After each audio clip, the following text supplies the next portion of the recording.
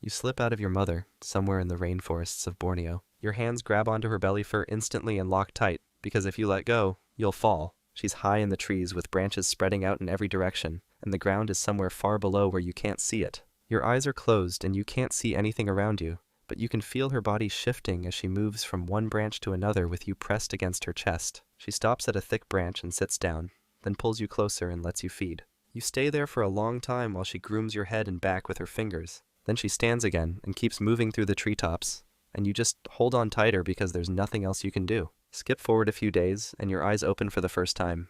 The world is green and bright, with leaves everywhere and branches crossing over each other in patterns you don't understand yet. Your mother climbs toward a tree with small orange fruit hanging from its branches, and she sits down on a wide limb and starts eating. You watch her pull the fruit apart with her hands and bite into the soft parts inside. But you don't try any yourself because you're still feeding only from her. Then another female appears on a branch nearby with an older infant clinging to her side. Both mothers stop moving and stare at each other without making any sound. Your mother shifts her weight and moves to a different part of the tree, and the other female does the same, keeping distance between them. You turn your head and spot the other infant watching you from across the gap. Its face smaller than yours, but its arms thicker and stronger. Your mother finishes eating and climbs down to a lower branch, then starts bending smaller branches together and weaving them into a platform. She tests it with her weight, then lies down on top of it and pulls you close against her chest. That's where you'll sleep for now, pressed tight against her body while the branches above sway back and forth in the wind. You're 6 months old now, and your grip has grown stronger. You still ride on your mother's back most of the time, but now, when she stops to feed, you reach out and grab the branches near you just to test how they feel in your hands. She lets you do this while keeping one arm around your waist, so if you slip, she can catch you before you fall. One day, she stops at a tree with thick horizontal branches spreading out in different directions. You see a branch close to the one you're on, just an arm's length away, so you reach for it and pull yourself across. Your hand grabs the bark and you swing your body over, landing on the new branch with both feet. That's your first independent move between branches, and you look back at your mother, but she's already eating fruit and doesn't seem to care. You want to try again, so you spot another branch a bit farther away and jump toward it. But your hand misses and you drop straight down, grabbing at air with nothing to hold on to.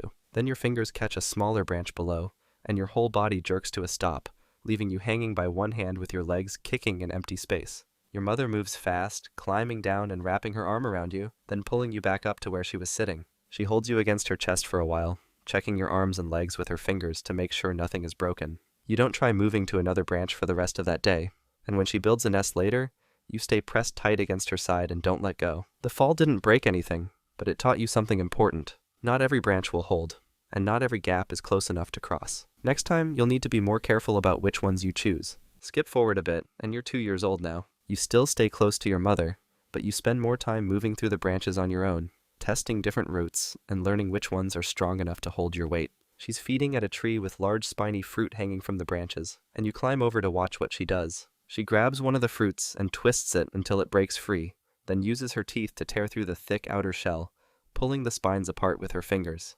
Inside, there's soft yellow flesh that she scoops out and eats, and the smell is strong and sweet. She breaks off a piece and hands it to you, so you take it and bite down. It's rich and fills your mouth with flavor, completely different from the milk you've been drinking your whole life. You want more, so you grab another fruit from the branch and try pulling it apart the way she did. But your hands aren't strong enough yet, and the spines dig into your fingers, making you let go. You try again with both hands, pulling harder, but the shell won't crack, so you give up and drop it. A few days later, you're moving through a different tree when you spot small round fruits growing in clusters along the branches. They're soft and easy to pick, so you grab one and bite into it. It tastes good, so you pick more, stuffing them into your mouth one after another until you've eaten at least a dozen of them. Then your stomach starts to hurt. You stop moving and curl up on the branch, wrapping your arms around your middle. Your mother climbs over and sits beside you, running her fingers through your hair and staying close while you just lie there and wait for the pain to go away. You're starting to learn which trees give food and which ones don't. But the forest is huge, with thousands of trees in every direction,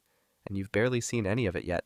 You're 4 years old now, and you're spending more time on your own. Your mother still stays nearby, but she doesn't follow you as closely as she used to, so you move through the trees by yourself for hours at a time, swinging between branches and testing how far you can reach. One day, while you're playing on a thick branch, you hear something that makes you stop. It's a long, deep sound that rolls through the forest, louder than anything you've heard before. You don't know what it is, but your mother does because she climbs over to you fast and grabs your arm, pulling you close. She starts moving through the trees quickly, away from where the sound came from, and you hold on to her back while she swings from branch to branch with her arms pulling hard. You look behind and see something coming through the treetops toward you. It's another orangutan, but much bigger than your mother, with a body twice her size and a face that's wide and flat with thick pads bulging out on both sides. He keeps following, not running but moving steadily in the same direction, and your mother doesn't slow down. She crosses to another tree and keeps going, putting more distance between you and him. The male stops on a high branch and lets out another long call, then turns and moves off in a different direction. Your mother doesn't stop until the sound is completely gone, and even then she keeps checking behind her to make sure he's not following anymore. When she finally settles on a branch and starts to rest, you stay pressed against her side and don't move away. You don't understand what just happened or why she ran, but your mother does. And one day, when you're big enough, others will run from you the same way. You're 8 years old now, and your mother has started pushing you away. When you try to stay close to her while she feeds, she turns and shoves you back with her hand, making you move to a different branch. You don't understand why, so you wait a while and then try again. But she does the same thing, harder this time. This keeps happening over the next few days. Every time you move toward her, she pushes you away or climbs to another tree before you can follow. Then one morning, you wake up in your nest and she's not nearby. You look around and call out, waiting for her to answer, but nothing happens. So you climb through the trees searching for her, checking every branch and every fruiting tree you know, but she's nowhere. You spend the whole day looking, moving farther than you've ever gone on your own, but you don't find her. By the time the sun starts to drop, you're tired and hungry, so you stop at a fig tree you remember and start eating. The fruit is ripe and easy to pick, so you take as much as you need, but it doesn't taste the same as when you were eating beside her. When it's time to sleep, you need to build a nest by yourself for the first time. You grab branches and try bending them the way your mother used to, weaving them together into a platform. But your nest is loose and uncomfortable, with gaps where the branches don't connect properly and pieces that stick up and dig into your side. You lie down anyway and stay there, looking up at the leaves moving above you. She's not coming back, and you know that now. From now on, every meal you eat, every nest you build, and every choice you make is yours alone. You'll have to learn how to survive without her. You're 12 years old now, and you've been moving through the same group of trees for the past few years, marking them as your own territory.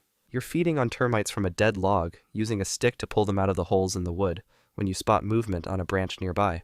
Another male is watching you from the next tree over, about the same size as you. You stop eating and stare back at him, keeping your body still. He doesn't leave, so you grab a thick branch and shake it hard, making the whole tree move, showing him that this area belongs to you. But instead of backing off, he does the same thing, shaking his branch even harder and breaking off smaller pieces that fall to the ground below. You need to make him leave, so you start moving toward him, climbing across to his tree with your arms pulling you forward.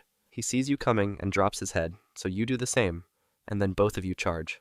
You crash into each other in the middle of the branch, grabbing at arms and hair, both of you trying to push the other one off balance. He bites at your shoulder and pulls hard, ripping out a chunk of hair, so you twist away and bite back, catching his arm with your teeth. Your weight shifts, and you shove forward with everything you have, making him stumble backward. He tries to grab another branch to steady himself, but his hand slips and he loses his footing for just a second. That's all you need. You push again, harder this time, and he breaks away and moves off through the trees quickly, not looking back. You don't chase him because you're bleeding from small cuts on your shoulder and arms, and your body feels heavy and tired. You held your ground this time and kept your territory, but he wasn't the biggest male in this forest, and eventually, one of them will come for what's yours. You're 15 years old now, and your face has started to change. The pads on both sides of your cheeks have been growing slowly over the past year, pushing outward and making your face wider and flatter than it used to be. Your throat has thickened too, and when you open your mouth and push air through it, a deep sound comes out that rolls through the forest and carries for miles. You make this call from high branches every few days, letting others know where you are and that this territory belongs to you.